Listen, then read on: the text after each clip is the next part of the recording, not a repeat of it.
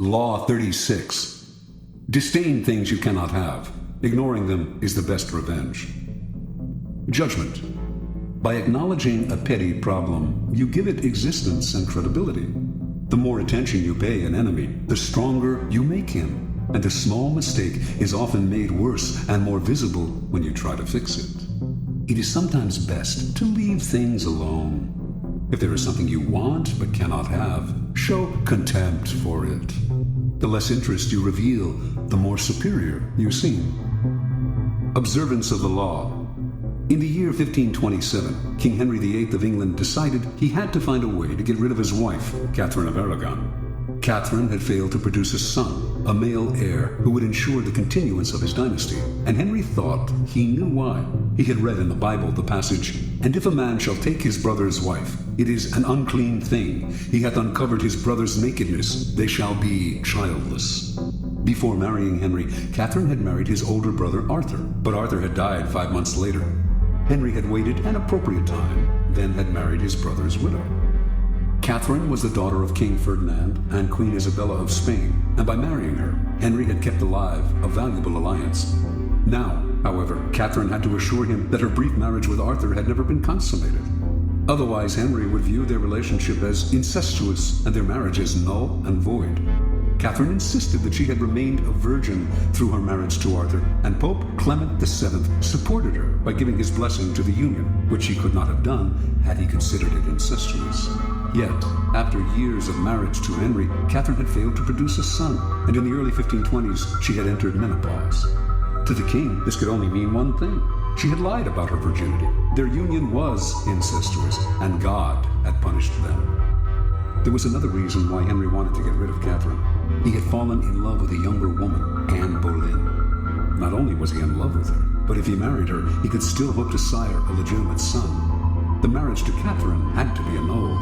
For this, however, Henry had to apply to the Vatican, but Pope Clement would never annul their marriage. By the summer of 1527, rumors spread throughout Europe that Henry was about to attempt the impossible, to annul his marriage against Clement's wishes. Catherine would never abdicate, let alone voluntarily enter a nunnery, as Henry had urged her. But Henry had his own strategy. He stopped sleeping in the same bed with Catherine, since he considered her his sister-in-law, not his lawful wife. He insisted on calling her Princess Dowager of Wales, her title as Arthur's widow. Finally, in 1531, he banished her from court and shipped her off to a distant castle. The Pope ordered him to return her to court on pain of excommunication, the most severe penalty a Catholic could suffer. Henry not only ignored this threat, he insisted that his marriage to Catherine had been dissolved, and in 1533 he married Anne Boleyn. Clement refused to recognize the marriage, but Henry did not care. He no longer recognized the Pope's authority and proceeded to break with the Roman Catholic Church, establishing the Church of England in its stead, with the king as the head of the new church. And so, not surprisingly, the newly formed Church of England proclaimed Anne Boleyn England's rightful queen. The Pope tried every threat in the book, but nothing worked. Henry simply ignored him. Clement fumed. No one had ever treated him so contemptuously. Henry had humiliated him, and he had no power of recourse. Even excommunication, which he constantly threatened, but never carried out, would no longer matter. Catherine, too, felt the devastating sting of Henry's disdain. She tried to fight back, but in appealing to Henry, her words fell on deaf ears, and soon they fell on no one's. Isolated from the court, ignored by the king, mad with anger and frustration, Catherine slowly deteriorated and finally died in January of 1536 from a cancerous tumor of the heart. Interpretation. When you pay attention to a person, the two of you become partners of sorts, each moving in step to the actions and reactions of the other. In the process, you lose your initiative. It is a dynamic of all interactions. By acknowledging other people, even if only to fight with them, you open yourself to their influence.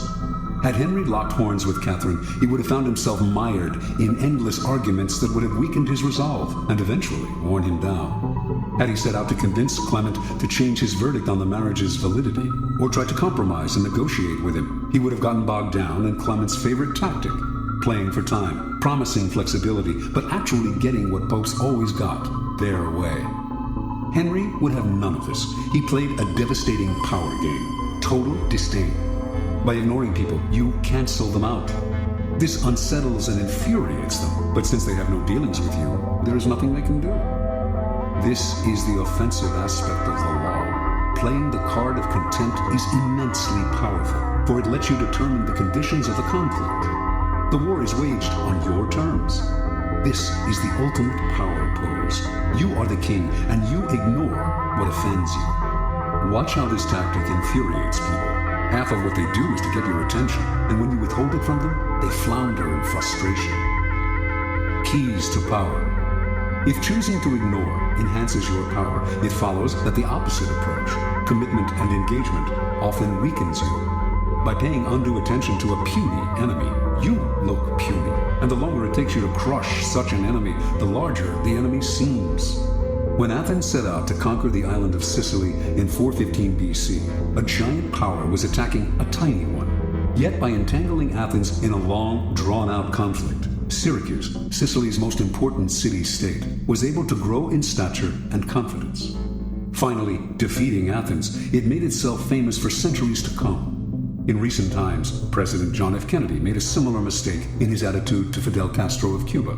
His failed invasion at the Bay of Pigs in 1961 made Castro an international hero. When you are attacked by an inferior, deflect people's attention by making it clear that the attack has not even registered. Look away, or answer sweetly, showing how little the attack concerns you. Similarly, when you yourself have committed a blunder, the best response is often to make less of your mistake by treating it lightly. Remember, the powerful responses to niggling, petty annoyances, and irritations are contempt and disdain. Never show that something has affected you or that you are offended. That only shows you have acknowledged a problem. Contempt is a dish that is best served cold and without affection.